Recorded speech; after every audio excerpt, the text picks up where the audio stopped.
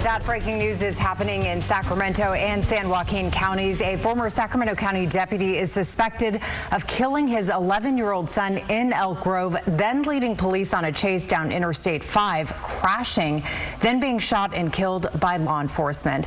Authorities say the man involved is 40-year-old Marvin Morales. He was fired by the sheriff's office a few years ago. It came after an investigation found he lied about a fentanyl overdose. Now, this has resulted in an hours-long lane closure on I-5. One lane is open, but the two other lanes have been blocked since this morning. Thanks for joining us at 4. I'm Lisa Gonzalez. And I'm Andrea Flores. KCRA 3's Michelle Bandor is live in Elk Grove, where all of this began this morning. So, Michelle, tell us what happened. Well, Andrea, Elk Grove police actually cleared the scene here more than an hour ago, getting rid of the crime scene tape that had been blocking Fairway since 8 o'clock this morning, and it's now giving us a closer look at the Morales home where this violence took place about 8 o'clock this morning. And you can see there's Christmas decorations right out front in the front yard. We're seeing lots of Christmas decorations around this quiet suburban neighborhood. We even saw an Amazon package being dropped off at this home, and you would never know that a child was attacked and killed here this morning, and that his father is the one accused of stabbing him to death. Elk Grove police tell us they received a 911 call from the children's mother concerned about the safety of her kids. Police say the mother was at work, and while looking at the cameras placed inside the home, told operators her son was being stabbed by his father. And when officers arrived, Marvin Morales was gone. They found an empty gun case and the children home alone. Neighbors also tell me they are a close neighborhood. They started a group chat about the incident today. Have you been able to go over the videos from inside the home that may have give you any clues as to what led up to this? Did he make any statement in the cameras inside the home, or any type of evidence like that to help you understand a motive here? We have not watched the cameras inside the residence. We've been working this just as you guys have the moment it happened. We were on the scene earlier on the highway. It's just been progressing as we go along. When I had come back from dropping off my girls, we heard all the sirens, and then the neighbors started talking about what was going on and how they heard the little girl screaming outside. And then so we started kind of watching the news, and it was kind of all happening in real time. And what did you think? Like, what was going through your mind? Just really sad, just because I think, I assume they were on their way to school, just because I had finished dropping off my girls. And I think they all go to the same school. A lot of tough conversations this neighborhood is having and to have with their children tonight, trying to explain what happened.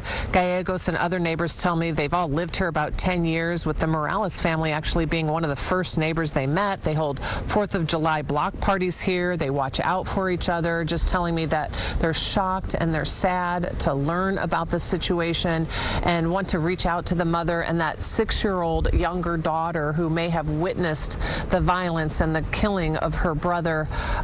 She was unharmed, and we're told that she is in a safe place now. We're live in Elk Grove. Michelle Bandor, KCRA 3 News. So, Michelle, we've reported extensively about Morales' background with the drugs and being fired from the Sacramento County Sheriff's Office. Did neighbors know anything about his overdose? Well, it was interesting talking to neighbors. Gallegos told me that he found out about it today through our reporting, but another neighbor told me that they found out about it just recently, a couple of months ago, and that they were shocked to learn about the overdose, which happened 2 years ago, and then his firing. So it was something they had no idea about and just recently learned, and saying, his behavior didn't exhibit someone who was on those type of hard drugs. So again, it's just another reason for them to be shocked, and everyone trying to figure out if maybe drugs led up to this. This is still something that we don't know the motive here or why this happened. And police told us we asked if they found drugs in the house, and they weren't able to tell us that yet. So it's all still part of the investigation here. Yeah, this whole thing is just unimaginable and hard to believe.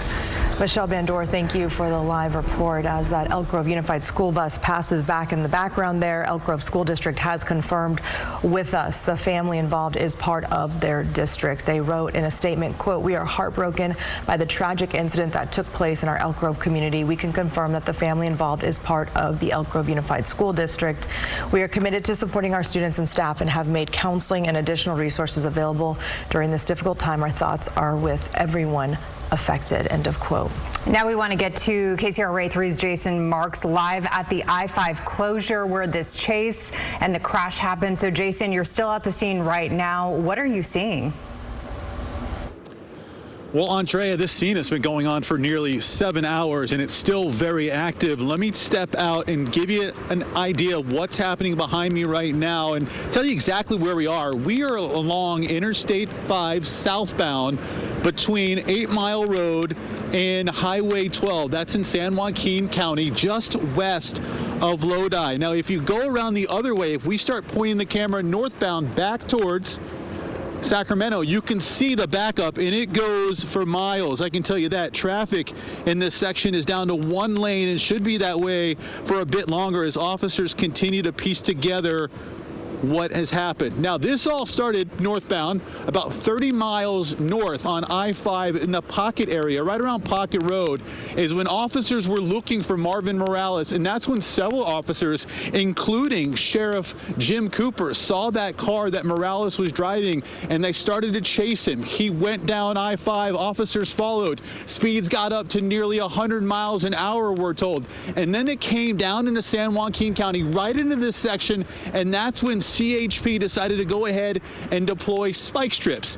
Morales hit those spike strips and ended up crashing the car right over there. You can see it in the distance, just barely. You can see the hood, and that's where the center of the investigation is taking place right now. We talked with CHPD earlier, who is actually leading this investigation. Our goal is to make sure that we, along with our partners, conduct a very robust investigation, but we also know that, we're affecting traffic. And so one of our priorities is to open as many lanes as possible as soon as we possibly can. But in this type of incident where we have an officer-involved shooting, it just takes a little bit of time. Yeah, and it's been nearly 7 hours and no end in sight at this point. We can tell you that we've seen local law enforcement out here along with CHPD, CHP is actually the one who's leading the investigation. We've also seen ATF out here. So we've seen federal investigators out here trying to figure out exactly what happened. We do know that once Morales crashed that car, according to officers, that's when that gunfire took place. We're told several officers fired at Morales. He was, of course, hit. He died at the hospital. We have not been told yet, guys, what led up to the shooting, if Morales fired first or if he had a weapon. That part is still under the investigation. That's the part we have not been told yet. Now back to you. Yeah, and interesting that ATF is there. So Jason, you said I-5 has been partially shut down for hours for most of the day. Any word on when they might get it completely cleared? Yeah, no word yet. We were told earlier, and let me step out and just give you another idea of what's going on. You can see that one lane all the way on the other side is where you have traffic. That's the one lane that's moving. The rest of the lanes are closed due to this investigation. Earlier today, we were told by CHP that it would be at least through the afternoon, maybe into the early evening, but they are still out here. We have seen them very much sort of work from the way these sort of scenes look. They go from the outside in, and so they're now working their way towards the car, and they were really surrounded around Morales' car over the last half an hour. We have not seen, though, any movement yet on them opening up the other lanes. It's a big mess if you're commuting home tonight. It definitely is. Thank you. And we'll have more on this throughout the newscast. Coming up at 4:30, we'll take a closer look at the suspect's history with the Sacramento County Sheriff's Office.